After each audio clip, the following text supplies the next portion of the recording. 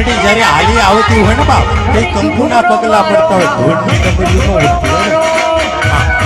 મેરડી આવે ને તે કંકુના પગલા પડે અને ધૂળની ડમરી ઉડે ને તેથી અમારી જેવા તાણા જોરાઈ ગયો અને કહી દઉં કે મેરડી નું હોય